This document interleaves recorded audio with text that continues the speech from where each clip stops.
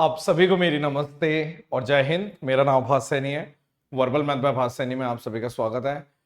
Guys देखिए, मैं 3 question लेकर आया हूं, बहुत ही बेहतरीन। करके देखिए आप पहले और उसके बाद सॉल्यूशन देखना। पहले पहला क्वेश्चन देखो। सवाल है, मिनिमम वैल्यू बतानी है a⁻8 plus a⁴ plus 1 into b⁻8 plus b⁴ plus 1। इसके नीचे आपका a⁴ है और इसके नीचे आपकी b⁴ है। इस एक्सप्रेशन की मिनिमम वैल्यू निकालनी है, ठीक है। अब आपने बोला कि देखो, अगर हम चाहें तो इसको ऐसे भी लिख सकते हैं कि ये इसके नीचे, यानी मैं ऐसे भी कह सकता हूं कि सेम चीज रीराइट कर सकता हूं। मैं रीराइट इसको ऐसे लिख दो कि a⁴ प्लस 1/a⁴ प्लस 1 लिख सकता हूं इस चीज को, और इसको भी लिख दो b⁴ प्लस 1/b⁴ प्लस 1। और जैसे ये लिखा, और हमें मालूम है कि अगर कोई एक्सप्रेशन अल्फा प्लस 1/अल्फा की फॉर्म होता है तो इसकी मिनिमम वैल्यू जो होती है वो क्या होती है? वो 2 होती है। कैसे होती है? आप ये भी बोल सकते हैं, इसको अगर प्रूफ करना है तो आप ऐसे भी प्रूफ कर सकते हैं कि हमें पता है कि am is always greater than equals to gm। am का मतलब है दो एक्सप्रेशन है, इन दोनों का जोड़, यानी अल्फा प्लस 1/अल्फा का जोड़ डिवाइडेड बाय जितने एक्सप्रेशन है 2। और gm क्या होता है? इन दोनों का मल्टीप्लाई, और क्योंकि 2 थे इसलिए मैंने रूट ले लिया, तो आपने बोल दिया इससे कट गया यानी 1 आ गया, यानी अल्फा प्लस 1/अल्फा ग्रेटर देन इक्वल्स टू 2। यानी या तो सबसे कम 2 होगा या उससे बड़ा होगा। तो मिनिमम वैल्यू क्या हो जाएगी? जब भी इस एक्सप्रेशन की फॉर्म होगी तो हमेशा मिनिमम वैल्यू 2 होगी। अल्फा की जगह आप ऐसे भी लिख सकते हो कि x⁴ प्लस 1/x⁴, आप x⁴ प्लस 1/x⁴, आप x⁴ प्लस 1/x⁴, यानी एक दूसरे के रेसिप्रोकल होने चाहिए। इनकी मिनिमम वैल्यू 2 निकल जाएगी। तो आपने बोल दिया अगर ऐसी बात है तो इसकी मिनिमम वैल्यू 2 और ये तो 1 है ही, इसकी मिनिमम वैल्यू 2 और ये तो 1 है ही, यानी 3 × 3 यानी कि 9 आ गई मिनिमम वैल्यू। कितने लोगों का ये हो गया था कमेंट सेक्शन में बताना, दिल पे याद रख के। करने के बाद बहुत इजी लग रहा होगा और वैसे भी इजी ही है, ठीक है।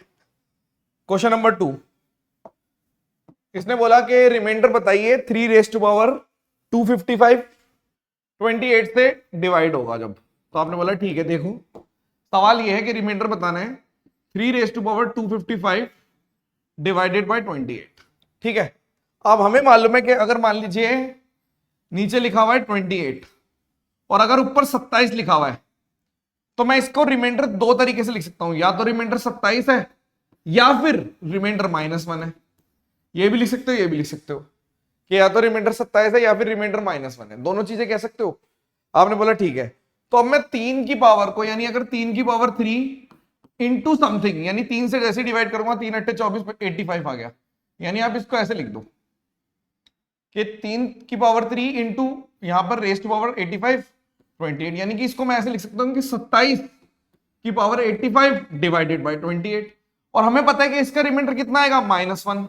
-1 की पावर ऑड है, ऑड मतलब 85।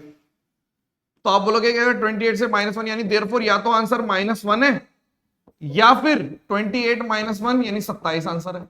दोनों चीजें हो सकती हैं, जैसे मैंने यहां पे लिखा कि या तो 27 आंसर है या -1 आंसर है। यानी ये नेगेटिव रिमाइंडर पे बेस्ड एक प्रॉब्लम थी, या क्या 27। फिर से देखो मैंने क्या किया, फिर से मुझे पता है कि अगर 28 लिखा हुआ है, 28 से मैं किसी चीज को डिवाइड कर रहा हूं, ये है नेगेटिव रिमाइंडर की एप्लीकेशन। नेगेटिव रिमाइंडर एक कंसेप्ट होता है, जैसे कि अगर मान लीजिए मैंने नीचे 100 लिखा हुआ है, ऊपर 99 है, तो रिमाइंडर -1 कह सकते हो। मान लो अगर नीचे 101 लिखा हुआ है, ऊपर 100 लिखा हुआ है, रिमाइंडर -1 कर सकते हो, ठीक है, इस तरीके से। और माइनस अगर रिमाइंडर की पावर कुछ है तो वो सेम आ जाता है। वैसे इसके पीछे बायनोमियल एक्सप्रेशन होता है, लेकिन बच्चे डायरेक्ट कर लेते हैं, ठीक है। एक्सप्लेन भी कर सकता हूं मैं, ठीक है। अब देखो ध्यान से, धागा चिपका कागज, ओके। अब देखो ध्यान से कि अगर नेगेटिव रिमाइंडर की बात कर रहे हैं, जैसे 3 की पावर 27 बना दिया और यहाँ पे आपका 85 आ गया था, तो मैं ये कह सकता था कि इसका मतलब है 27 की पावर 85 डिवाइडेड बाय 28, यानी कि -1 की पावर 85 है। अगर -1 को ऑड टाइम्स मल्टीप्लाई करता हूं, मैं बोल रहा हूं -1 इवन नंबर ऑफ टाइम्स है तो 1 आ जाएगा, लेकिन -1 अगर ऑड टाइम्स कर दोगे तो -1 आएगा। तो ये 85 क्या है, ऑड, तो देयरफॉर -1 रिमाइंडर है। हम इसको 28 -1 यानी 27 भी कह सकते हैं। ठीक है, नेक्स्ट क्वेश्चन देखिए। अब largest, what is the sum of the largest and the smallest 4 digit numbers, 4 digit के लार्जेस्ट और स्मॉलेस्ट डिजिट का सम बताना है, और जो सिंगल डिजिट प्राइम नंबर बिना रिपीटिशन के। देखो सिंगल डिजिट के प्राइम नंबर कौन से होते हैं, सिंगल डिजिट का प्राइम नंबर 2 होता है, 3 होता है, 5 होता है, 7 होता है, इसके अलावा कोई और होता है नहीं। सिंगल डिजिट के प्राइम नंबर ये होते हैं। इन चारों डिजिट को मिला के सबसे बड़ा नंबर कौन सा बन जाएगा, आप बोलोगे सबसे बड़ा नंबर बनेगा 7532, ये सबसे लार्जेस्ट नंबर है, रिपीटिशन नहीं होना चाहिए, तो सबसे बड़ा नंबर आ गया, फिर ये आ गया, फिर ये। इसके अलावा कोई भी इधर उधर करोगे तो छोटा हो जाएगा। स्मॉलेस्ट कैसे आएगा, आपने बोला 2 3 5 7, क्योंकि सबसे छोटा फिर उससे बड़ा फिर उससे बड़ा सबसे स्मॉलेस्ट, यानी इन दोनों को अगर मैं जोड़ दूंगा 9 8 8 9 9 8 8 9, ये आंसर आ गया सम। ये बहुत आसान क्वेश्चन था। इसमें यह था कि प्राइम नंबर जो है ना सिंगल डिजिट के, इनको यूज करके लार्जेस्ट नंबर बताना था और स्मॉलेस्ट नंबर बताना था 4 डिजिट का। तो लार्जेस्ट नंबर ये आ गया, स्मॉलेस्ट नंबर ये हो गया, इन दोनों का सम पूछा था, हो गया। ठीक है, तो ये क्वेश्चन थे। ठीक है, सिर्फ 26 तारीख का वेट कर रहा हूं मैं।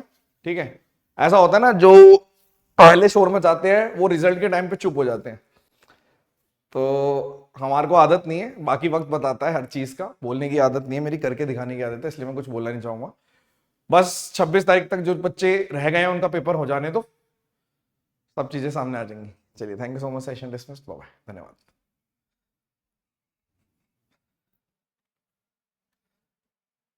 धन्यवाद।